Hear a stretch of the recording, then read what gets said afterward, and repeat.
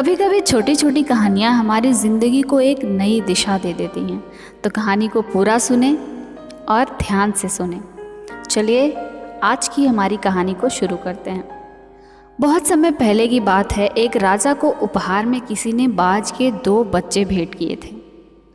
वे बहुत ही अच्छी नस्ल के थे और राजा ने कभी इससे पहले इतने शानदार बाज नहीं देखे थे। राजा ने उनकी देखभाल के लिए एक अनुभवी आदमी को नियुक्त कर दिया। जब कुछ महीने बीत गए तो राजा ने उन दोनों बाज को देखने का मन बनाया और उस जगह पहुंच गए जहां उन्हें पाला जा रहा था। राजा ने देखा कि दोनों बाज काफ़ी बड़े हो चुके थे और अब पहले से भी ज़्यादा शानदार लग रहे थे।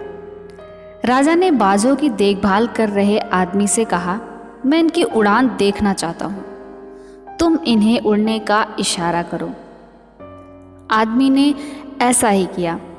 इशारा मिलते ही दोनों बाज उड़ान भरने लगे, पर जहाँ एक बाज आसमान को ऊंचाइयों को छू रहा था, वहीं दूसरा कुछ ऊपर जाकर वापस उसी डाल पर आकर बैठ गया जहाँ से उसने उड़ान भरी थी। ये देखकर राजा को कुछ अजीब लगा।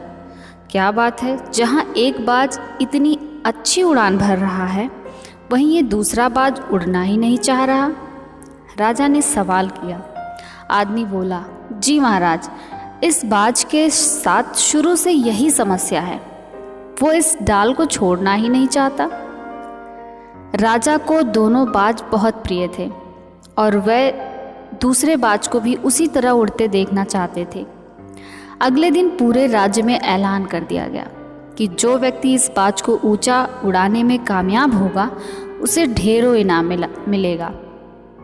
फिर क्या था, एक के बाद एक विद्वान आए और बाज को उड़ाने का प्रयास करने लगे, पर हफ्तों बीत जाने के बाद भी बाज का वही हाल था।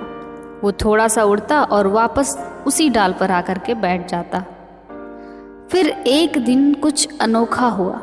राजा ने देखा कि उसके दोनों बाज आसमान में उड़ रहे हैं। उन्हें अपनी आंखों पर यकीन नहीं हुआ और उन्होंने तुरंत उस व्यक्ति का पता लगाने को कहा जिसने ये कारनामा कर दिखाया था।